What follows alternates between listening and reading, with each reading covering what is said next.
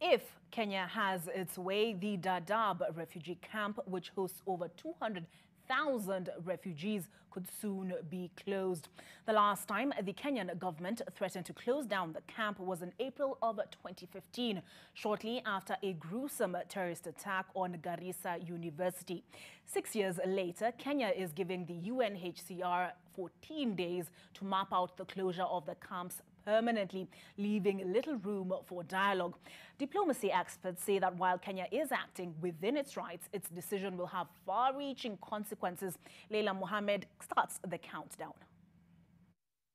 Over the last 3 decades, Kakuma and Daadab refugee camps have been home to hundreds of thousands of refugees from the Eastern Africa and Great Lakes region.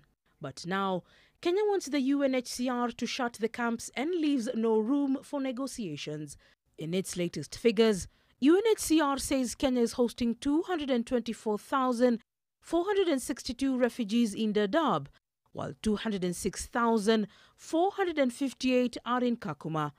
UNHCR is currently taking care of 274,299 Somali citizens, 127,412 from South Sudan, 46,024 from DRC, and 29,718 Ethiopians. Diplomacy experts say there are a number of factors Kenya has to bear in mind. Diplomatic engagement between Somalia and Kenya. I think Kenya has been categorical on that we need dialogue. We need to re-establish diplomacy between these two countries in order to move forward. Second, we really need a political solution within Somalia in terms of electoral processes, in terms of the free and fair. And third, we really need to deal with the Al-Shabaab threat within Somalia. While UNHCR thanks and respects Kenya for its hospitality, it notes that the decision would have an impact on the protection of refugees in Kenya, including the context of the ongoing COVID-19 pandemic. UNHCR further urges the government of Kenya to ensure that any decisions allow for suitable and sustainable solutions and that those who need protection can continue to receive it. It's going to be a huge humanitarian crisis. It's also going to be a huge security crisis because you have to consider that these are people who have run away from their countries because of security reasons, because of humanitarian reasons. The other thing is that also we have to also consider that we're talking about children, women who are already vulnerable. International law protects the rights of persons living as refugees and guides host countries like Kenya on how best to undertake such without any violations.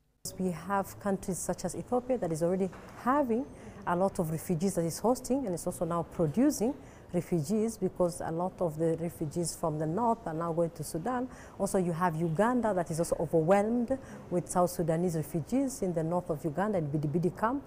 And Tanzania, which is also hosting refugees from Burundi. Kenya argues that while it has a duty to protect refugees, it also has to ensure the safety of its citizens. There is no denying that some, and in fact many of the places where traditionally were regarded as protected places where, weaker or, people who are supposed to be protected are supposed to go, have actually been turned into operational,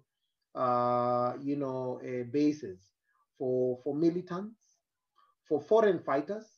So these are dangerous groups and the world is concerned about them. And some of the places where they are hiding is refugee camps like Daadab, and countries are trying to talk to each other. Kenyan authorities announced plans in 2016 to shut Daadab, citing concerns that Somalia-based Al-Shabaab militants were using it as a base to plan attacks inside Kenya. But the High Court blocked the move in 2017, saying it was unconstitutional and violated Kenya's international obligations. Observers find the timing of Kenya's announcement curious, coming at a time the country is in a legal tussle with Somalia regarding their maritime border. Leila Mohammed, NTV.